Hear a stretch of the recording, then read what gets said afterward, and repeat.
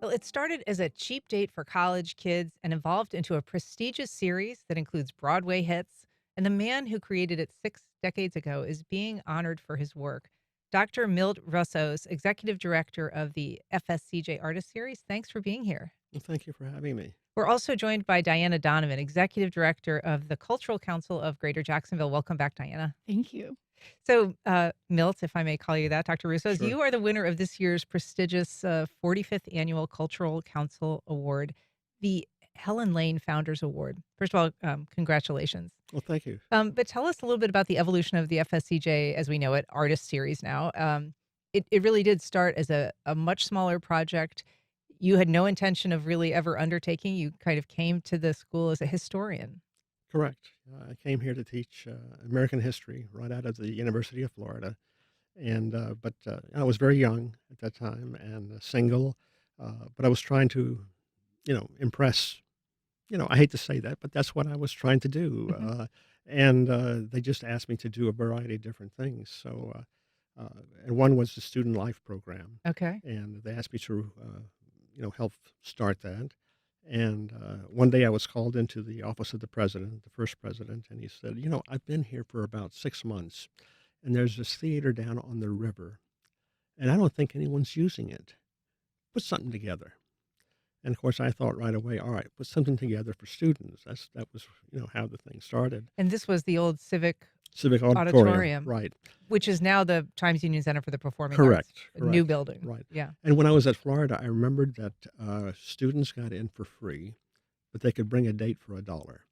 So that's how I did the first 3 or 4 programs. But we quickly realized that the community was very interested in coming to these programs as well. So that's how the artist series started. Very, very small. I think we may have had a ten or $15,000, budget, and then it evolved to. I discovered really Broadway was where financially it made a lot of sense, for us. And we started with one night shows, and then split weeks, 3, 4, 5 performances. And then our first big one was Cats that we did for 8 performances for a full week. 25,000 people bought tickets. Wow. We sold that out.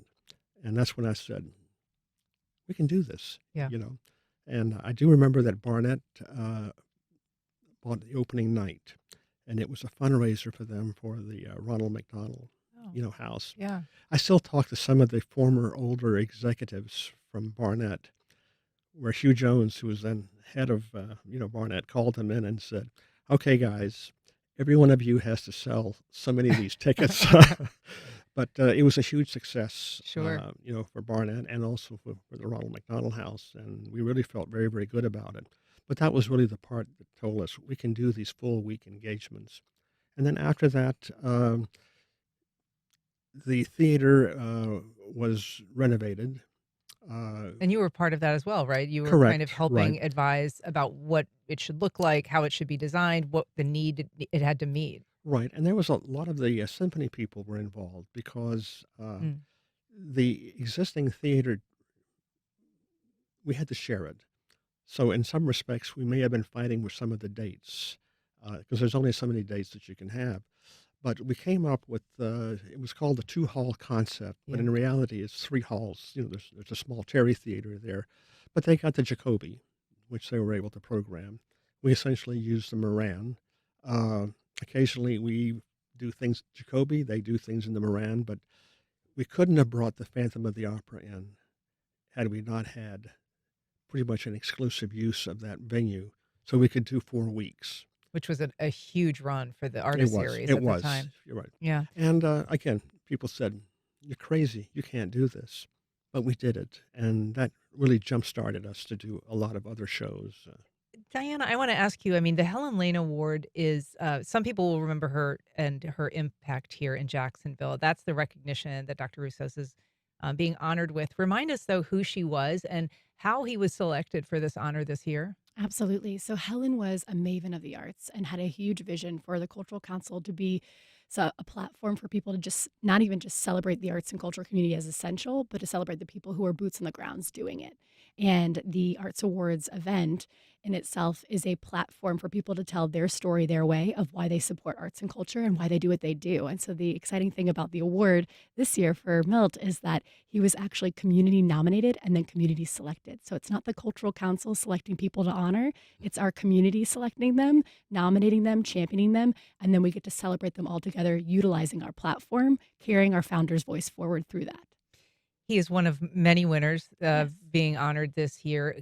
Tell us a little bit about some of the other people that are being honored and how they were selected. Absolutely. So through the same process, community nominated and then selected, we have Kamal Jasper from ViStar, who's a huge champion for the arts, helping to fund and ignite the creative economy through a lot of different areas, including FSCJ.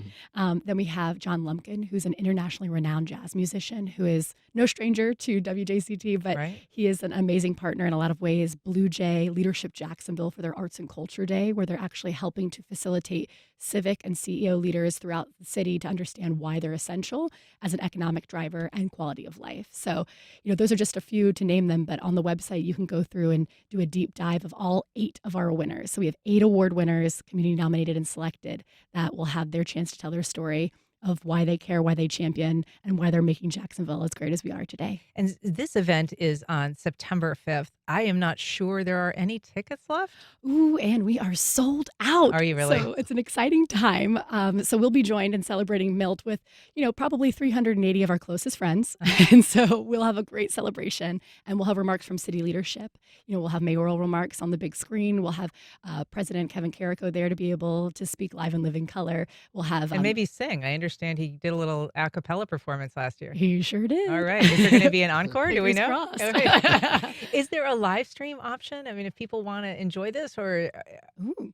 There's not a live stream option this year, Okay. but we will be having it recorded. So we'll be able to share it out afterwards. And all of the speeches are pre-recorded. So we want to use them as perpetual testimonies to help inspire other people to help celebrate the culture that we want to curate in our destination city. I'm just curious, Dr. Russos, what this means to you. You've obviously been in this market a long time, and you've done so much to bring great art and entertainment to the Northeast Florida area. But I would guess that this is an important recognition. Well, it is, and very much appreciated. I would say it's probably, pinnacle, of my success here at the, at Jacksonville, at the college.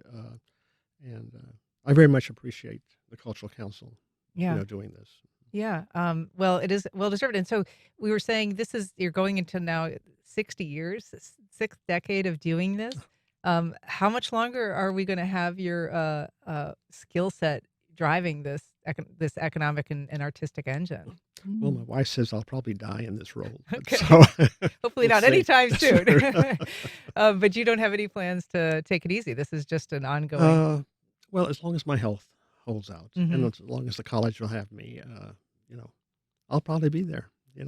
What are you looking forward to most in this current season? Well, we have a couple of big, blockbusters that are, coming in. Moulin Rouge certainly is a Huge. big, big show and very, very popular. Beetlejuice is another one that is may skew a little younger, but older people will enjoy it as well. And then if you're a Neil Diamond fan, A Beautiful Noise talks about his life as well, and it's produced in association with him. And sometimes he even shows up, and sometimes he even sings a song, in person. But whether that will happen here, probably doubtful. But he's done it in New York. He's done Wow. it in, Los Angeles. That would be But exciting. he's really no longer touring. And but the young man who is in the role is really, really very, very good. And the show has done really good business, on the road. And then, a favorite movie, Mrs. Doubtfire, Oh. is Also on coming as stage, well. yeah. Diana, if people are, just kind of wanting to support the arts and culture in Jacksonville, there's a lot of opportunities. Obviously, the artist series is a big part of it. But I mean, how do you measure how we're doing artistically and culturally? Yeah, so we always look at it macro to micro. So if there are corporations or civic leaders or civic funders who want to be able to give in a big way, as a regranting agency, we can match make that funding out to the need in the community. We have a quantifiable need just from our cultural service grant program of over 15 million. So we've got opportunity to give. And then, to the micro view, it's attend, go to a show, bring your children, bring your family, go to a night at Mocha or Mosh or the Comer, celebrate FSCJ. Neil, you are personally invited to Jacksonville. We're ready for you. Just being able to show up and experience, because I think that's the power of the arts, is that you can talk about it all day, but when you're actually in the front row and you're seeing the good work happening, it really transforms you and the space you live in. Yeah. Well, Diana Donovan, it's great to have you back. Dr. Milt Russos, congratulations. Thank you. Thank you so much for being here. Really appreciate it.